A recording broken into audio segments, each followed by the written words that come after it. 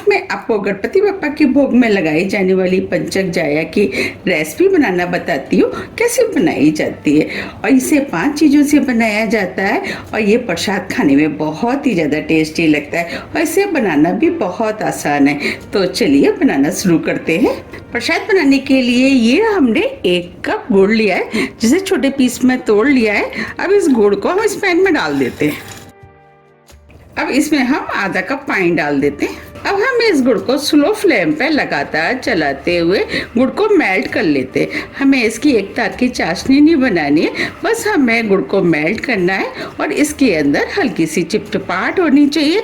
बस उतना ही हमें इसे पकाना है और इसे हम लगातार चलाते हुए पकाएंगे, जिससे कि ये नीचे तली में ना लगे। अब ये गुड़ मेल्ट हो गया है। अब इसे हम 1 मिनट करीब और पका लेते हैं। 1 मिनट करीब हो गया है। अब इस चाशनी को हम चेक कर लेते हैं। इस चाशनी के अंदर हल्की सी चिपचिपाहट है, इसका मतलब ये चाशनी बनके तैयार हो गई है।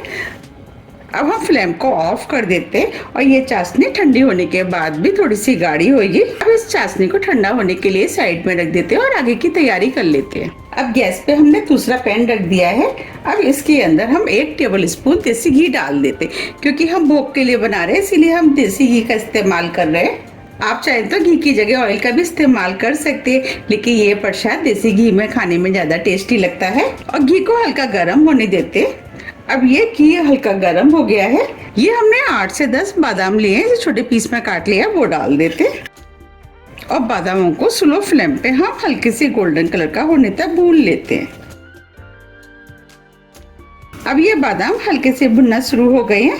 इसी में हम काजू को डाल देते हैं। ये भी हमने 8 से 10 लिए हैं, क्योंकि काजू जल्दी भुन जाते हैं, इसीलिए हमने काजू को बाद में डाला है। और काजू को भी हल्के गोल्डन कलर का होने तक भून लेते हैं। अब ये काजू भी हल्के गोल्डन कलर के होने शुरू हो गए हैं। ये हमने 1 टेबल स्पून किशमिश लिए हैं, इसे भी हम इन्हीं के साथ डाल देते हैं, क्योंकि किशमिश जल्दी भुन जाती है। ड्राई फ्रूट आप अपने टेस्ट के अनुसार थोड़े से कम या ज्यादा कर सकते हैं, या जो भी आपको ड्राई फ्रूट पसंद है वो डाल सकते हैं। अब ये किशमिश भी हल्की हल्की भुनना शुरू हो गई है। ये 1 टीस्पून खसखस लिए, इसे भी हम इसी के साथ डाल देते हैं। खसखस भी हल्की भुन जाएगी। जब हम इस तरीके से सभी ड्राई फ्रूट को भून करके प्रसाद बनाते हैं, तो प्रसाद बहुत ही ज्यादा टेस्टी बनके तैयार होता है। अब ये सभी ड्राई फ्रूट भुन गए, इन्हें हम प्लेट में निकाल लेते हैं।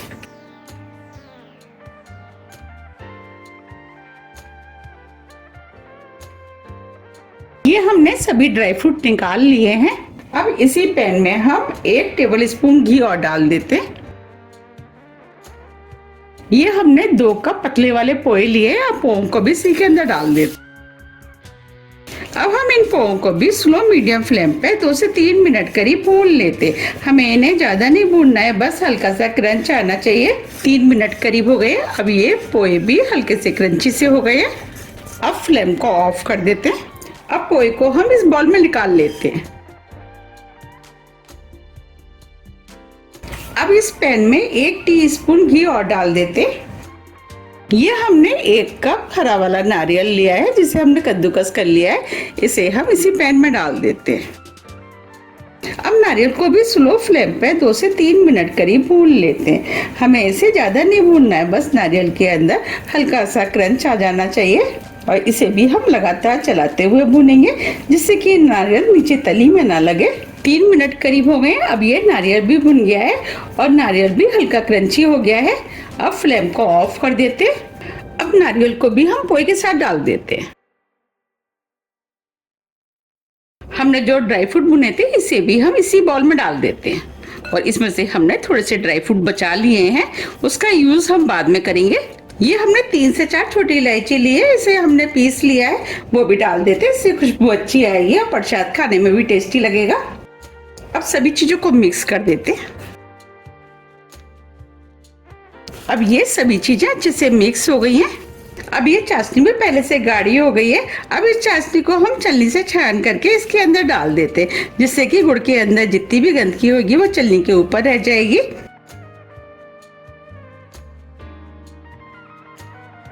देखिए, गुड़ के अंदर जो गंदगी थी वो ऊपर रह गई है।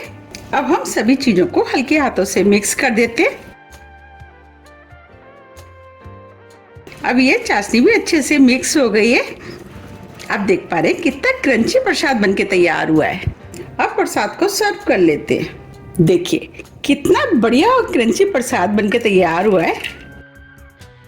मुझे तो ये प्रसाद बहुत ज़्यादा पसंद आता है, तो मैंने सोचा क्यों ना इसकी रेसिपी आपके साथ शेयर की जाए।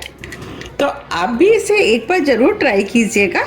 आपकी फैमिली में भी ये बहुत ज़्यादा पसंद आएगा और इसे बनाना भी बहुत आसान है, झटपट बनके तैयार हो जाता है। तो आप भी इसे बनाइए, गणपति बप्पा का भोग लगाइए, फिर मुझे बताइए कि आपका प्रसाद कैसा बना और आपको ये कैसा लगा।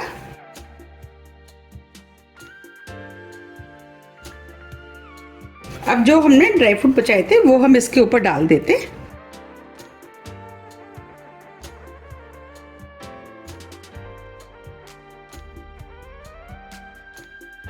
अब इसके ऊपर हम थोड़ा सा नारियल डाल देते। अब ये प्रसाद देखने में और भी ज़्यादा सुंदर लगे तो इसके लिए हम इसके ऊपर गुलाब की सूखी वाली पंखुड़ियाँ डाल देते हैं। अगर आपको मेरी रेसिपी थोड़ी भी पसंद आती है तो रेसिपी को लाइक कीजिए, चैनल को सब्सक्राइब कीजिए और ज़्यादा से ज़्यादा शेयर कीजिए। अब हम फिर मिलते हैं इसी तरह की टेस्टी रेसिपी के साथ। जब तक के लिए नमस्कार।